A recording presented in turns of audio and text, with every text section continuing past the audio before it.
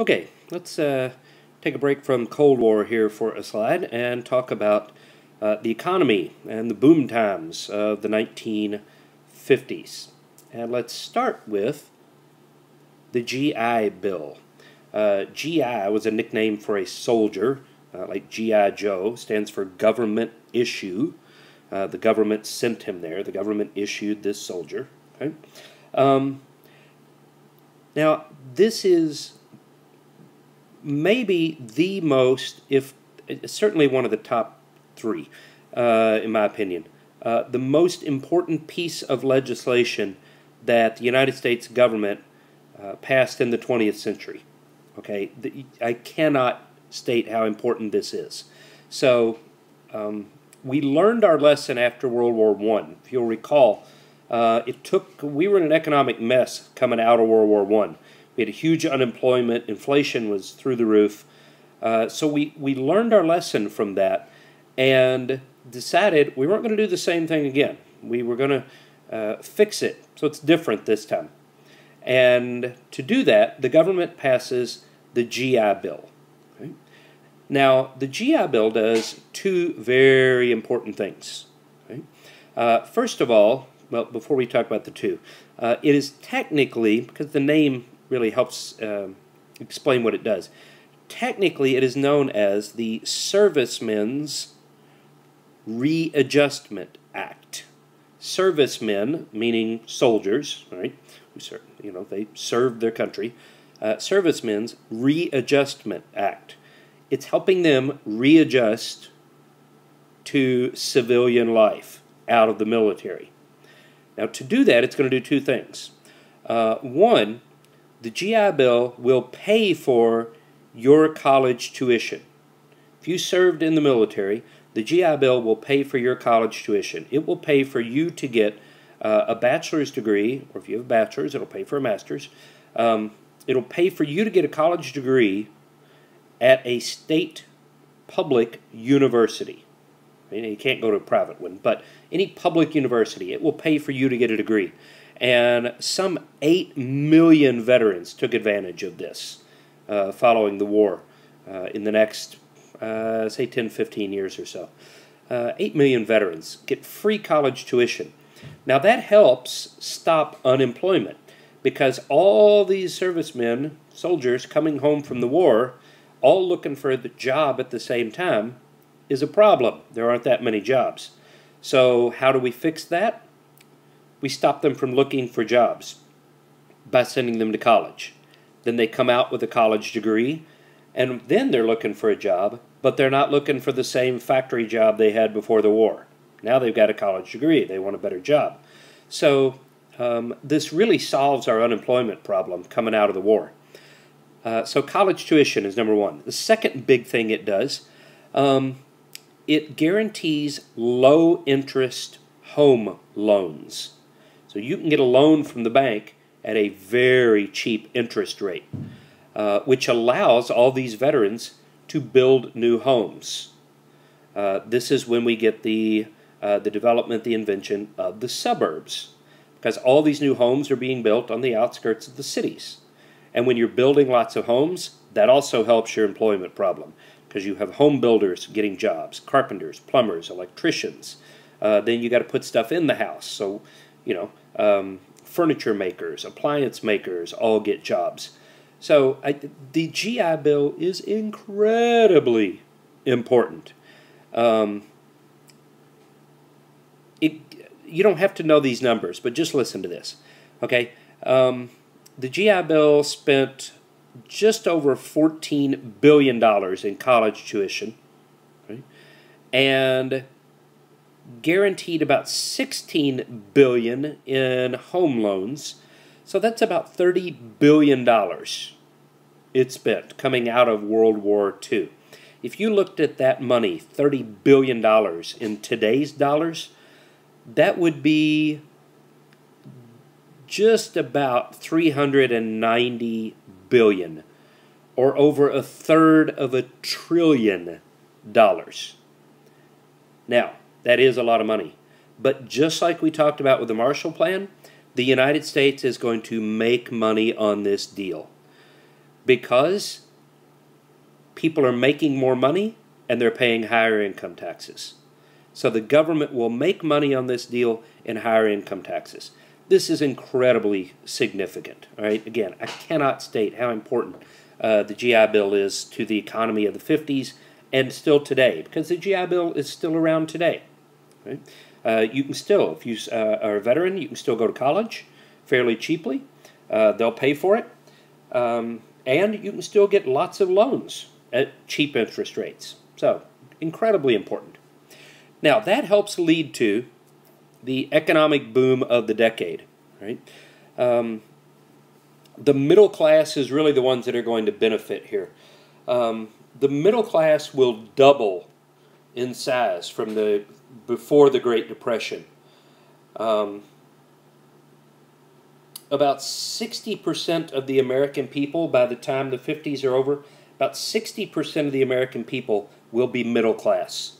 That is incredibly high, a lot higher than it had ever been. Also, about 60% of families would own their own homes by the end of the decade, thanks to the GI Bill. Right? So the economy of the decade is booming, bigger than it had ever been, bigger than the 20s, certainly. Right? The main beneficiary of this booming economy is going to be women. Most of the new jobs created in the 1950s will go to women as we enter more of a service type of industry than an industrial industry. So there you see the picture of women secretaries and such there. Women are going to benefit more than any other group. Okay? Now, one of the reasons that the economy is able to boom as much as it is because we have a very cheap source of energy. And that cheap source of energy is seen here in the political cartoon in oil. There you see baby Uncle Sam drinking his bottle, and instead of a bottle of milk, his bottle is an oil rig there. The Middle East is providing us with very cheap oil, and that oil provides us with cheap energy. Homes are heated with oil all of a sudden. Cars are running. With all this cheap oil and cheap gasoline, cars are built in record numbers and sold.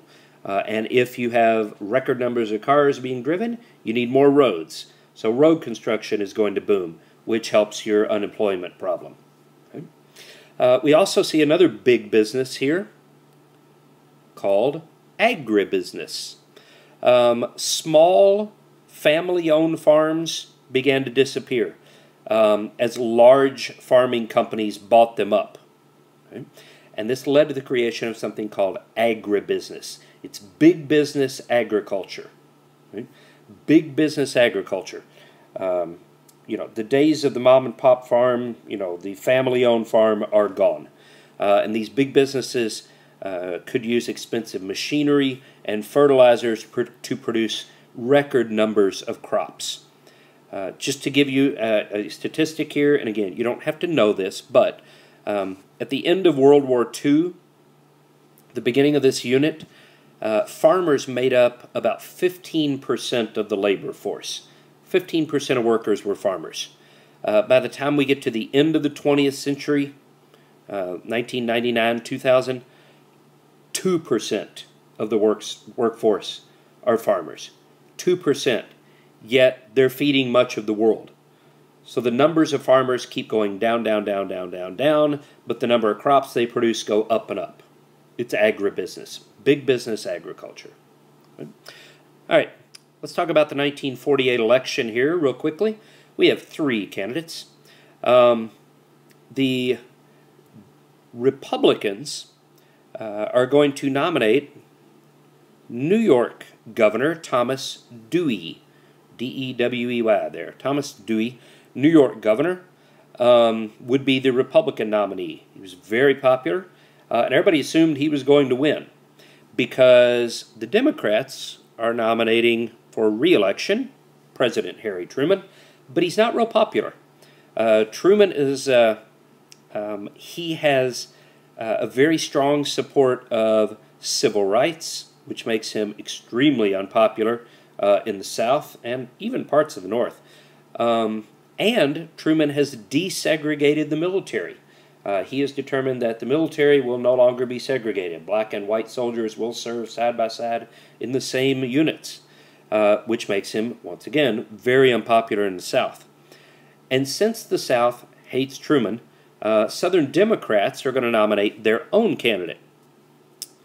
That's our third guy here.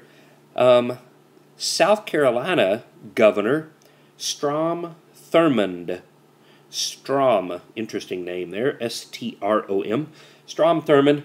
He had a very interesting campaign. Being from the South, Strom Thurmond, South Carolina governor here, Governor Thurmond, is a very strong segregationist. And his campaign slogan was segregation today, segregation tomorrow, segregation forever. And anytime I asked him about his position, anytime anyone, asked him about his position on anything, his answer was, we got to have segregation. Well, Mr. Thurmond, Governor Thurmond, how do you feel about foreign relations? We need more segregation, blah, blah. That was his answer to everything. So while Thurmond was popular in the South, he wasn't really popular anywhere else. And since the Democrats were splitting their vote between Truman and Thurmond, everybody assumed Dewey was going to win. So he quit campaigning. He stopped. He stopped going out to campaign. Truman, on the other hand, goes on the offensive. He goes around campaigning on civil rights and improving labor benefits for unions, helping union members, getting more health insurance for workers. So Truman starts campaigning, and sure enough, Truman will catch Dewey, and in one of the biggest political presidential surprises in history, Harry Truman will win. Even though Thurmond takes most of the southern states, Truman will win. And here you see the very famous picture. The Chicago Tribune had already printed its headline for the next day, printed its papers, Dewey defeats Truman. And there you see President Truman holding up the famous misprint as he will win. Now Truman will campaign on and put into practice his domestic program known as the Fair Deal. It's going to sound a lot like Teddy Roosevelt's Square Deal and Franklin Roosevelt's New Deal. This is Truman's Fair Deal.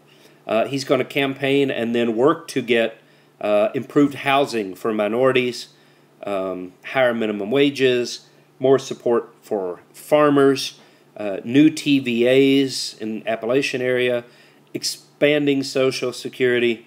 He'll get a lot of that done, too. So Truman's a pretty good president. Accomplishes quite a bit. All right. So much for the boom times and our economy. And our next slide will take us back into the Cold War.